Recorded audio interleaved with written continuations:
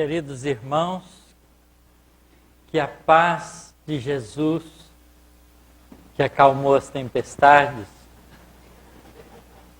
esteja em nossos corações. Antes de mais nada, não se preocupem com o barulho, porque quando o barulho acontece, o perigo já passou. O perigo é o raio.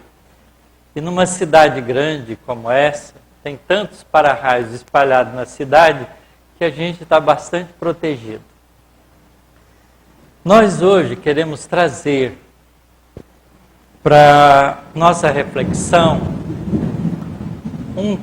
uma passagem evangélica que está no Novo Testamento, narrado no Evangelho de Mateus, no capítulo 25, que nos obriga a pensar com mais cuidado sobre as lições de Jesus. Essa lição, ela está no capítulo 25, que no livro Tradução feita por um espírita do Novo Testamento,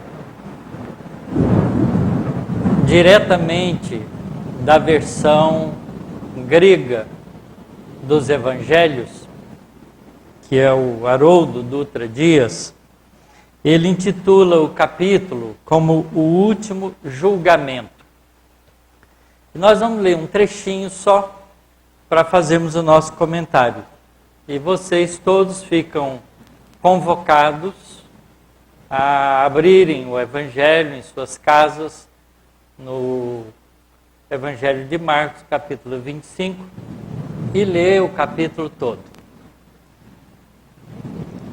Quando o Filho do Homem vier em toda a sua glória e todos os anjos com ele, então se assentará sobre o trono de sua glória. E serão reunidas diante dele todas as nações. Separará uns dos outros, como o pastor separa as ovelhas dos cabritos. E colocará as ovelhas à sua direita e os cabritos à sua esquerda. Então o rei dirá aos que estiverem à sua direita: Vinde, benditos do meu Pai, herdai o reino preparado para vós desde a fundação do mundo. E a lição segue. Esses trechos pequenos desse capítulo de Mateus, narrado por Mateus, é muito interessante, porque ele faz parte de um contexto mais geral, que são algumas previsões que Jesus nos adianta do planejamento espiritual que a Terra, como planeta dirigido por ele, já tinha estabelecido num plano muito mais amplo do que a gente imagina, porque o próprio Jesus diz isso, não é? Vinde, benditos de meu Pai, herdai o reino preparado para vós desde a fundação do mundo. Quando foi a fundação do mundo? Não é? Que mundo Jesus está falando? Está falando para nós. Então, está falando do nosso planeta, da habitação planetária que é o planeta Terra. O planeta Terra foi fundado há 4,6 bilhões de anos atrás, quando da formação do sistema planetário solar, que é um fenômeno astronômico que se passa, e se passou e passará por todo o nosso universo.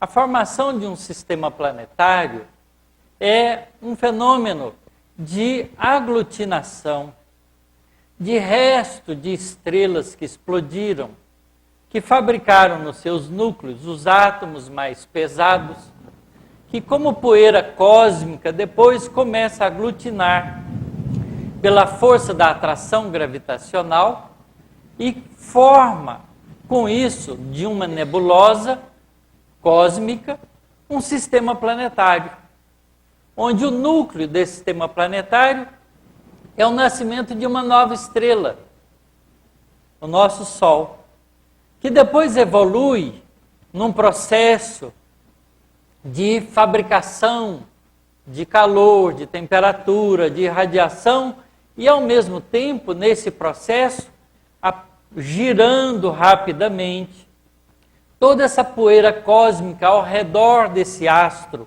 que se forma no núcleo, vai se aglutinando em pedaços, que a gente a ciência chama de sementes de planetas ou planetésimos, que vão agregando matéria até formar os planetas. Então, o nosso sistema planetário formou há 4,6 bilhões de anos atrás, o que significa que a estrela Sol já tem da ordem de 5 bilhões de anos de vida. Então, essa foi a fundação do mundo.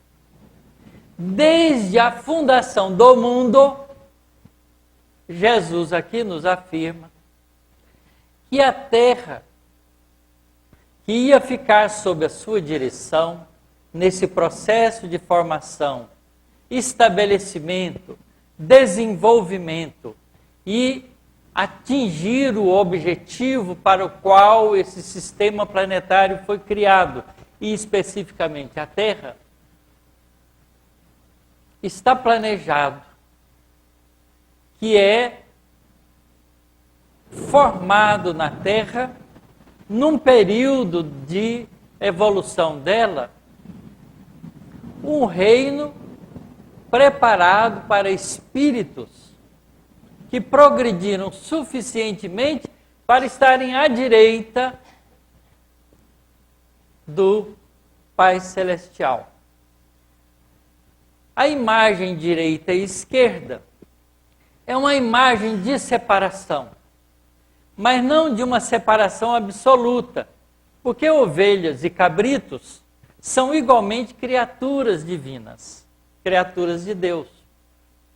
Portanto, não é uma separação que tem o propósito de condenar definitivamente os da esquerda e beneficiar eternamente os da direita.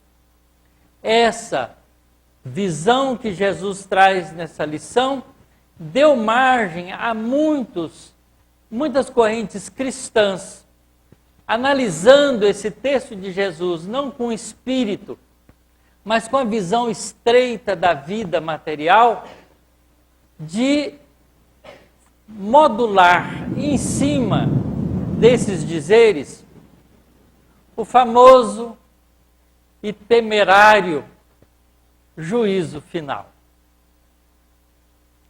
onde muitas religiões cristãs a tomam ao pé da letra e acham que nesse processo de separação das ovelhas e dos cabritos, as ovelhas serão beneficiadas e os cabritos prejudicados, lançados a um sofrimento imorredouro.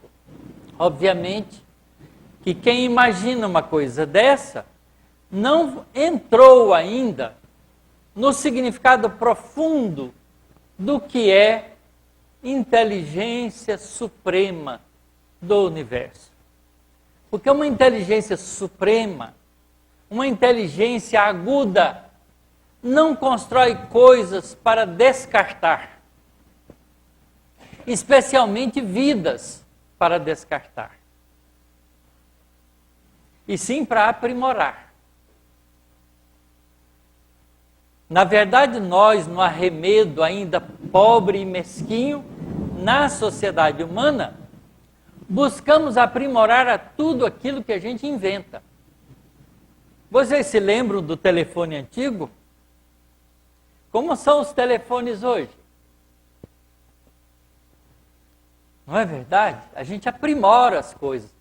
Que dirá uma inteligência suprema, que não criou simplesmente o sistema planetário solar, mas continua criando um universo fantástico, com bilhões e bilhões de galáxias, cada uma delas abrigando bilhões e bilhões de estrelas e de sistemas planetários. Inteligência pequena faz ideia pequena. Inteligência com humildade, que entra no âmago das coisas, é capaz de compreender a sabedoria, de começar a perceber a sabedoria do Criador do universo.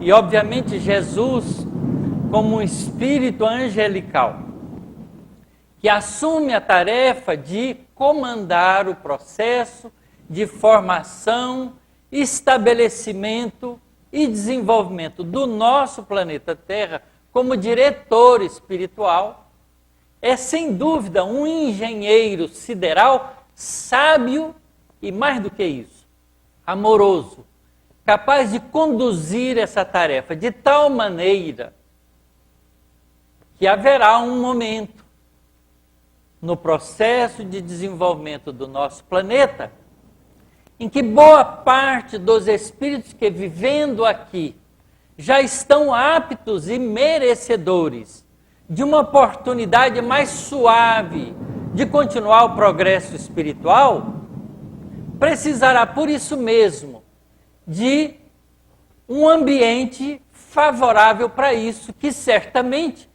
não pode ser o nosso atual, porque o nosso atual ainda é um mundo de violência, de agressividade, de desestímulo às coisas positivas da vida. E Jesus, nesse mesmo capítulo, falando para os discípulos e aqueles que o ouviam, diz mesmo que esses momentos, que serão os momentos que precedem esse processo de seleção entre a nossa humanidade, será conturbado de tal maneira que aqueles que são mornos no bem desanimarão, deixarão de fazer o bem porque acham que não vale a pena. Os mornos no bem. Aqueles que ficam em cima do muro. E que vai tentar cair para o lugar que for mais conveniente. Então vejam que quando Jesus fala desse processo, ele já estava planejado desde a fundação do mundo. Por que razão Jesus afirma isto nesta lição com tanta firmeza? E a gente, ao ler, a gente passa depressa e não percebe que Jesus está falando do nosso planeta e de que ele tem conhecimento desse processo todo, porque ele é o diretor espiritual que organiza esse trabalho, que participa desse trabalho, que executa junto com seus ministros, os espíritos do bem, esse trabalho de desenvolvimento de uma simples casa planetária. Porque a Terra é uma simples casa planetária. Há 20 anos atrás, os seres humanos, nós, os conhecedores da ciência, as pessoas que tinham acesso ao conhecimento científico, achávamos que muito provavelmente poderia existir planetas girando em torno de outras estrelas. Mas achavam, há pouco mais de 150 anos atrás, na codificação do Livro dos Espíritos, que é o livro sustentáculo, base do conhecimento espiritual mais avançado que a Terra já recebeu, diz lá os Espíritos para Allan Kardec, esclarecendo uma frase de Jesus: há muitas moradas na casa de meu Pai. Fala de outros mundos habitados por espíritos e classifica esses mundos em função do desenvolvimento dos espíritos que habitam essas diferentes casas. E há casas mais atrasadas do que a nossa, e há casas iguais às nossas, e casas mais adiantadas do que as nossas. Pois bem, o homem, hoje, conseguiu colocar instrumentações tão precisas, girando ao redor da Terra, observando o céu, são olhos de vanguarda, investigando os céus, investigando principalmente e quase que exclusivamente as estrelas da nossa galáxia, da nossa Via Láctea, que está constituída da ordem de 150 bilhões de estrelas, já descobriu cerca de quase 1000 planetas fora do sistema solar. Há estrelas que abrigam um sistema planetário tão lindo quanto o nosso. Numa dessas estrelas já foi descoberto 5 planetas girando em torno dela. E isso é descoberta, não é achismo. Nós estamos acostumados, muitas vezes, a ouvir opiniões de pessoas diversas. Principalmente no campo religioso, há muito achismo. E há pouco conhecimento. Mas quando um cientista que investiga esse tipo de fenômeno anuncia uma nova descoberta, ele dá prova dela. Não é um achismo. Há uma evidência experimental que pode ser verificado por qualquer outro cientista que queira. Portanto, passa a ser uma verdade colocada, mais uma verdadezinha daquelas que vai entrando no concerto do conhecimento humano. Então a Terra é realmente uma casa planetária. E todos nós planejamos a nossa casa. Por que nós vamos achar que a Terra, como casa, morada, não tem o seu planejamento? É insensatez nossa. De achar que o grande não pode fazer o que o pequeno faz. Porque nós somos pequenos e fazemos esse tipo de organização. Planejamos a nossa casa, organizamos o nosso jardim, plantamos as nossas plantas, cuidamos do nosso ambiente para que ele seja cada vez mais agradável. Fazemos até reformas para que ele melhore. Convivemos muitas vezes com essas reformas que são desagradáveis, porque arranca o piso, faz sujeira, tira as coisas do lugar, mas depois que está tudo arrumadinho, fala, puxa, ficou muito melhor. Valeu a pena o sofrimento da reforma. Pois é essa a colocação de Jesus no momento da reforma da nossa casa.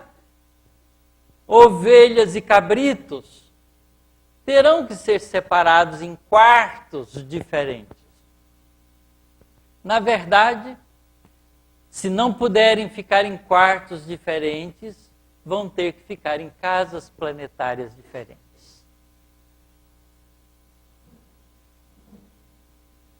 É muito interessante que a gente entenda a dinâmica dessas coisas, porque nós estamos acostumados a tomar Jesus como um visionário religioso, seja ele filho de Deus ou o próprio Deus que nasceu entre nós, cada um interpreta como pode, que ele veio aqui simplesmente falar coisas religiosas. E a religião foi usada pela humanidade de uma maneira tão agressiva e violenta que nós temos um pouco de ojeriza, nós, os viventes da atualidade, ojeriza de religião. Porque a religião parece não ter construído nada senão cerceado o progresso mais rápido da humanidade. Porque em nome de Deus, fizemos guerras, queimamos pessoas, destruímos lares, tomamos cidades, sacrificamos povos. É só lembrar da nossa história. E ainda hoje isso ocorre. Porque nós somos ainda tão intolerantes e particularistas que achamos que a nossa religião é sempre a melhor. A dos outros é dos outros, não presta. E nós vemos isto nas atitudes de todos os religiosos, até dos espíritas, que ainda não compreenderam o significado da doutrina espírita, que não veio formar religião alguma, mas veio traduzir para nós, através da compreensão da realidade espiritual, os ensinamentos de Jesus, que são enunciado de leis morais, espirituais, que vale não na Terra, mas no universo inteiro. Não é lei só para nós. Nós não somos os únicos habitantes do universo. Nós somos apenas a família da Terra, que moramos na casa Terra. E por causa da nossa falta de visão, nós achamos que aqui é o centro do mundo. Todos nós ainda achamos isso. E que Deus fez o céu para nós observarmos. Cegos como somos. Imagine, se Deus é imprudente, se Deus tivesse feito os céus para nós observarmos, Ele devia ter feito os nossos olhos como grandes telescópios. Porque a olho nu, às vezes vestido com óculos, a gente não enxerga mais do que 5.000 estrelas no céu. Querem saber? Se não, contem. Apontem o dedo para as estrelas e contem-nas. E vão ficar impressionados com o fato de nós enxergarmos apenas da ordem de 5.000 estrelas. E só na nossa galáxia tem 150 bilhões de estrelas. Onde é que estão as outras? Não é insensatez? Acharmos que nós somos o centro do mundo? Se nós devêssemos ser o centro do mundo, teríamos que estar no centro da nossa galáxia. E estamos a 30.000 anos-luz distante do centro da nossa galáxia, que tem 100.000 anos-luz de diâmetro.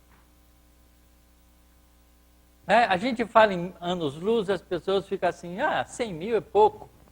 É 100.000 anos viajando com a velocidade da luz, que significa 300.000 quilômetros num segundo. Imaginem. Sabe onde está a próxima galáxia vizinha de nós? A 2 milhões de anos-luz de nós. Andrômeda. Está logo ali, a 2 milhões de anos-luz de nós. Um pouco maior do que a nossa. Talvez com cerca de 200 bilhões de estrelas. Mas nós, através dos recursos que a ciência já possui, já conseguimos catalogar e estimar que existem da ordem de 200 bilhões de galáxias. E nós estamos aqui brigando pelo barulho que a calha do vizinho faz nas nossas noites quando está chovendo.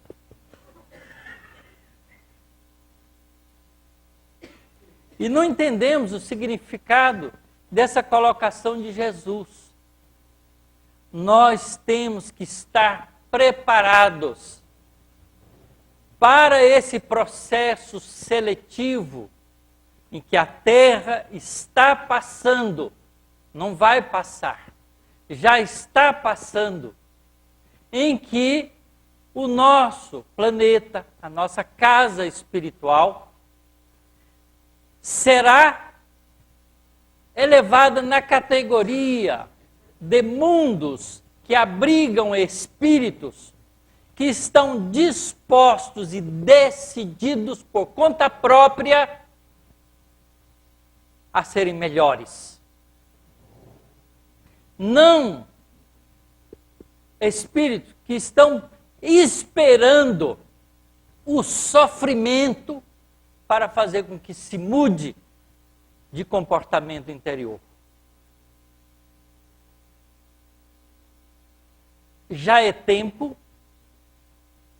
porque muitos espíritos da Terra já estão em condições para isso, de começar um mundo mais suave, mais educado, mais gentil, mais amoroso, mais respeitoso.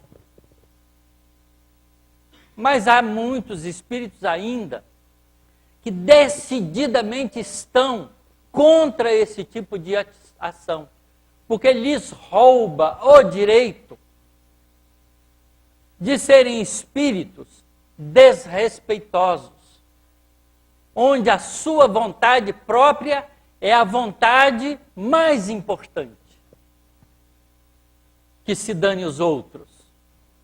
Espíritos assim precisam de lutar pela própria sobrevivência em vidas mais duras. Para isso, lembremos da nossa própria casa espiritual. O que éramos há 10, 13 mil anos atrás. Recuem.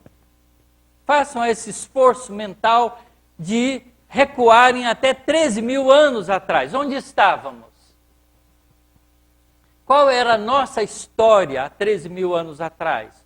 Contada pelos restos que nós deixamos. Ainda não sabíamos construir cidades. Vivíamos em grupos relativamente pequenos, em casas naturais que o nosso planeta nos cediam, como as grutas, como os lugares fechados que pudessem nos abrigar dos perigos ao nosso redor. Usávamos a nossa inteligência ainda rudimentar, mas já adiantada, comparada com aqueles que viveram há 100 mil anos atrás. Já tínhamos a ideia de grupo, de sociedade, de apoiar uns nos outros para a sobrevivência. E vivíamos à cata da nossa própria sobrevivência, desenvolvendo instrumentos mais especiais para a caça, para a pesca, para a defesa. Saindo da pedra lascada e começando os processos das pedras polidas, num processo de início de engenharia instrumental. Muito longe da engenharia instrumental de hoje, que faz os celulares que incomodam as pessoas por aí. Porque esse telefone incomoda mais do que ajuda. Porque as pessoas não sabem utilizá-los. Assim como nós aprendemos a usar o machadinho de pedra para nos defendermos dos perigos externos, começamos também a nos agredirmos com eles. Para o comando, para a disputa. E começamos a rachar a cabeça dos nossos contendores. E iniciamos os primeiros movimentos de guerra. E vimos crescendo daí. Obviamente que se um espírito um pouco mais adiantado em inteligência mas ainda egoísta, agressivo e violento, que atrapalha o progresso de uma classe que quer ir pelo melhor caminho, certamente o lugar mais apropriado para ele é numa época dessa. Porque lá, ao invés de ele usar a agressividade com os seus companheiros, ele vai usar a agressividade dele para defender-se das intempéries da vida. E aí então, nesse momento é que os cabritos serão levados para um sistema planetário onde um planeta como a Terra, uma nova casa, que já progrediu no mundo primitivo e chegou à fase do começo das provas e expiações, vão receber esses espíritos exilados para lá terminarem o processo de desenvolvimento, para poderem depois voltarem para cá. Uma vez vencido neles aquilo que fizeram e que foi objeto da causa do exílio deles temporário. E quando a gente fala temporário, a gente pensa um dia. Não, são alguns milhares de anos. Porque foi assim que nós, na Terra, há quase 13 mil anos atrás, recebemos os espíritos exilados do sistema Capela para cá. Eles que foram exilados para cá estavam lá em Capela, que é uma estrela da constelação do Cocheiro, que está a 41 anos-luz de nós, bem vizinha, onde um planeta que gira em torno desse sistema planetário, que é feito de um sistema de estrelas duplas. São 2 sóis, que maravilha. Foram então migrados para cá, aos milhões, e vieram habitar a Terra, ocupar postos de trabalho na Terra, para que não atrapalhasse o progresso daquele povo de lá. São nossos irmãos. E vieram colaborar com o povo de cá, que estávamos mais atrasados, e ajudaram aqui, então, a estabelecer os fundamentos da civilização. Com eles vindo, as primeiras cidades primitivas foram formadas. Hoje, com escavações, nós sabemos que uma das cidades mais antigas que foi já descoberta é Jericó. Não a Jericó de hoje, a Jericó de 8.600 anos atrás.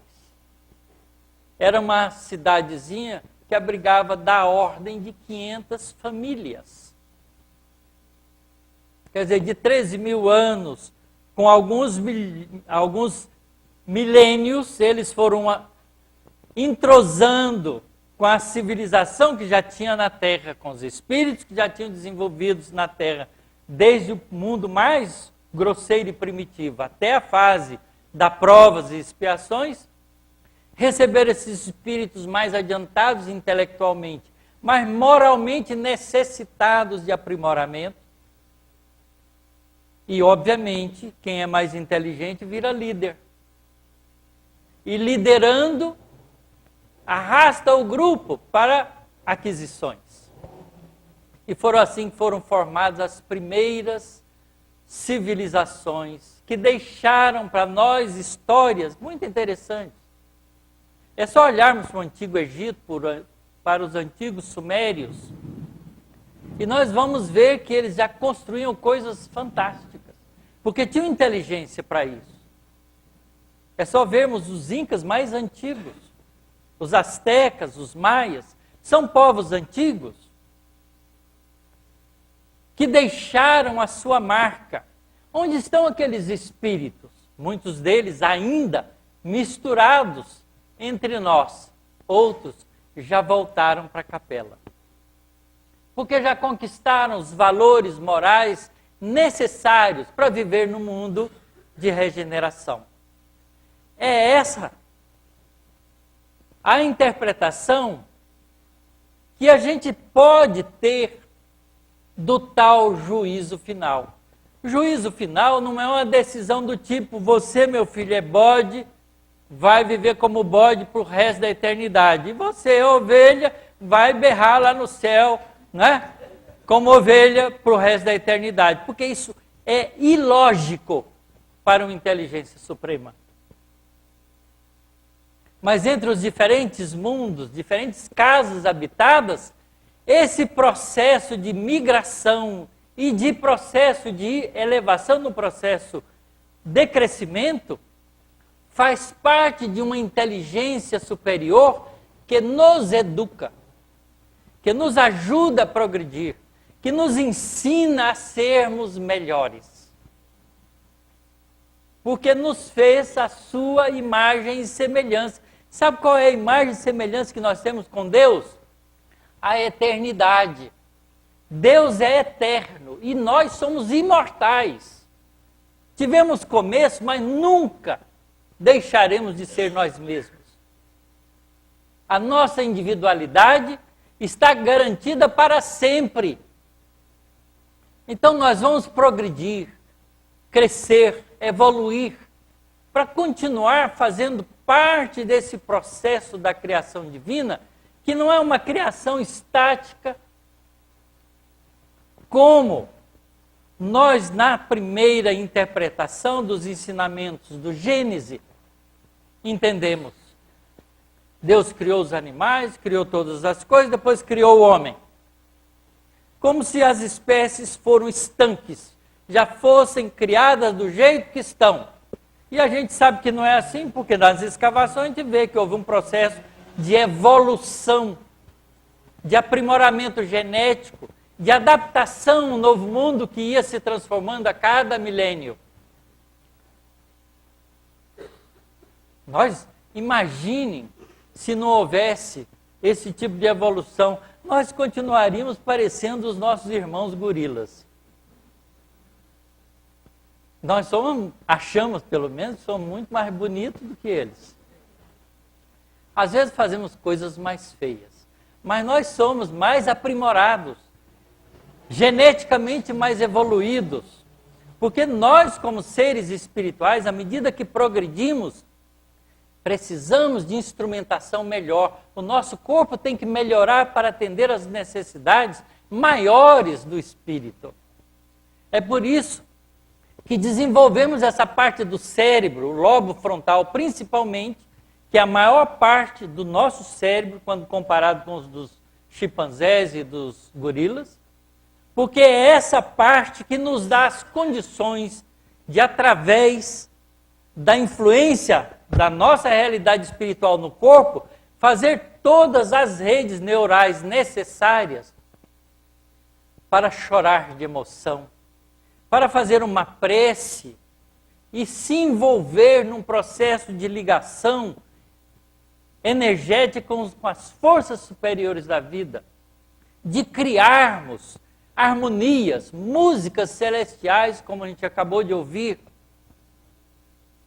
na nossa preparação, e que a gente ouve sempre, quando quer, mas que ainda, por nosso interesse, baixamos o nível e fazemos músicas horríveis também, porque damos margem, não à harmonia superior, mas um ritualismo ainda pouco adiantado, que ainda abrigamos no nosso coração. Então o processo de evolução é um processo lindo, e já estava, não é, enunciada por Jesus nos seus evangelhos. Então Jesus não é um visionário religioso. Jesus é um espírito que conhece o caminho.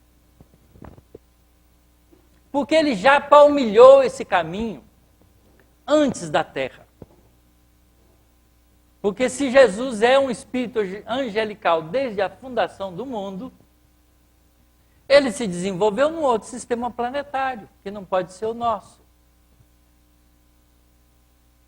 Mas o universo está cheio de casas planetárias muito mais velhas e outras que estão nascendo agora.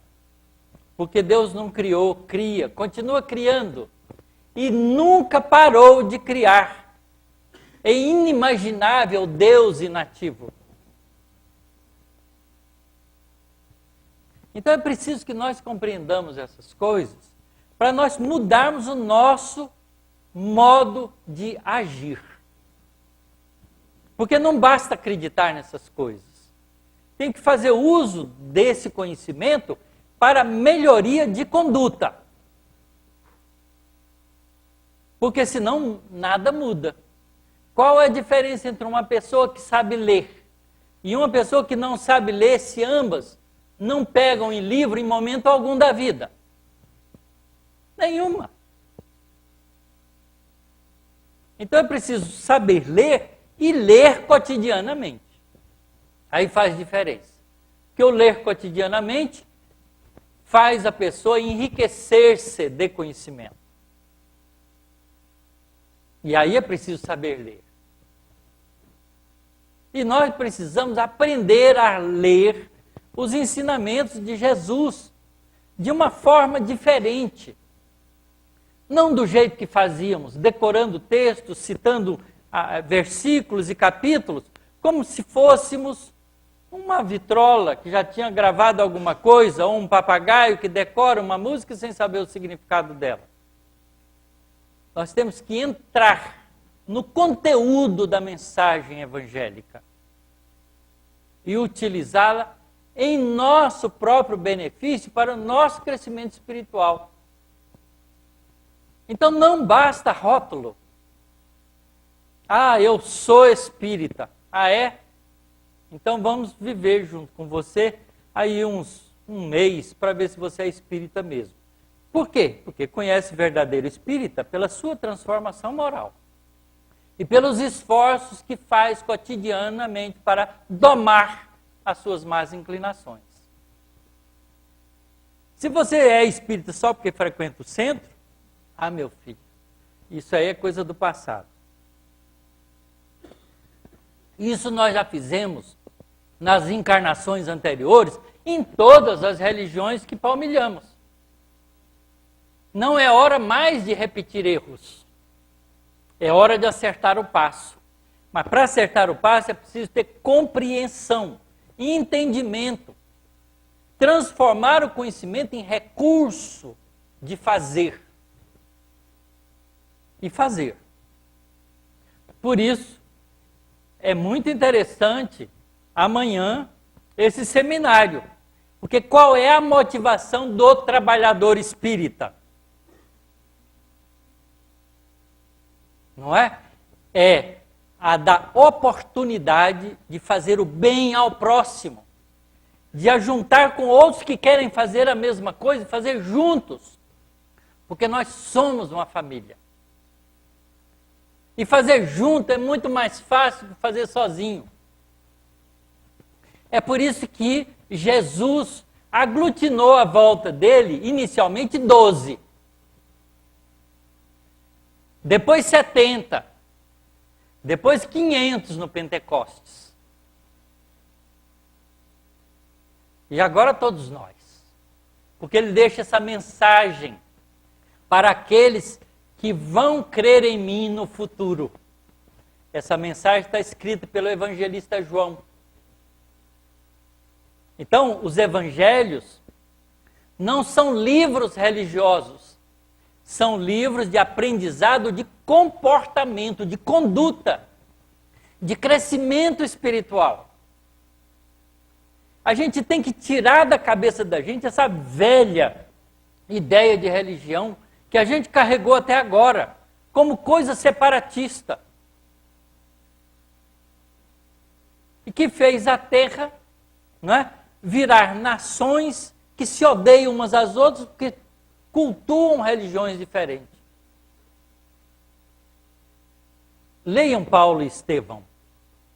E vocês vão ver nesse livro como o povo eleito de Deus, entre aspas, violentou e agrediu os seguidores do Cristo. Porque Jesus que disse para eles: eu não vim destruir a lei, vim dá-la cumprimento.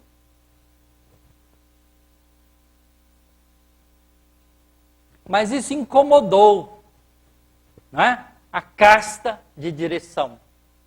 E muitas vezes o povo no jogo do interesse. Porque a gente vê isso acontecer até hoje. Os políticos utilizam o jogo do interesse popular para se elegerem. Não é?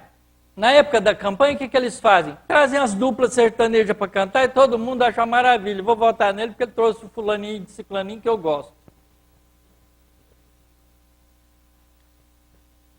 O povo, enquanto estiver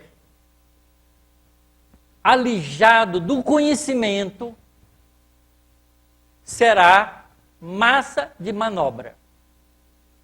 É só o conhecimento que nos liberta, porque ele nos dá recursos de tomar decisão por conta própria. E foi isso que Jesus quis dizer: conhecereis a verdade, e a verdade vos libertará. Então, nosso interesse tem que ser outro. Nós temos que nos engajar nesse trabalho de movimento, de mudança do nosso planeta para melhor. E não basta a gente ficar na posição de exigir dos outros. Porque para a gente ter o direito, se é que a gente tem direito, de cobrar dos outros, a gente tem que dar o exemplo primeiro. Aí não pode ser aquele pai, né, que diz para o filho: meu filho, não pode mentir. Mentir é uma coisa feia. Isso cria problema, não faça isso. Dá um pouco o telefone e toca. Papai, é fulano. Ah, fala que eu não estou aqui. Não é? Quer dizer, essa atitude dúbia, né, de farisaísmo, que me honram com os lábios, mas não me tem no coração. Túmulos caiados por fora, bonitinho, pintadinho, mas cheio de podridão por dentro. Que Jesus fala e nos ensina nos seus ensinamentos, mostrando que nós temos que ser diferente. Que o reino dos céus tem que ser feito com valores, não com favores.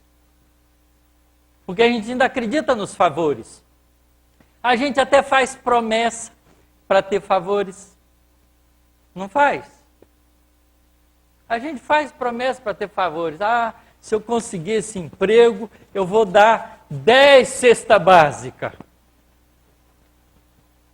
Né? Os espíritas mudaram o jeito de fazer promessa. Né? Porque os católicos vão lá, faz aí uma romaria em algum lugar, sobe escada de joelho, faz coisas assim extravagantes. E nós inventamos uma outra história: negociação com o mundo espiritual. Ah, eu estou indo lá no centro. Está sendo tão bom para mim que eu já comecei a fazer distribuição de cesta básica. Aí dá uma coisa errada: não vou fazer mais cesta básica para ninguém.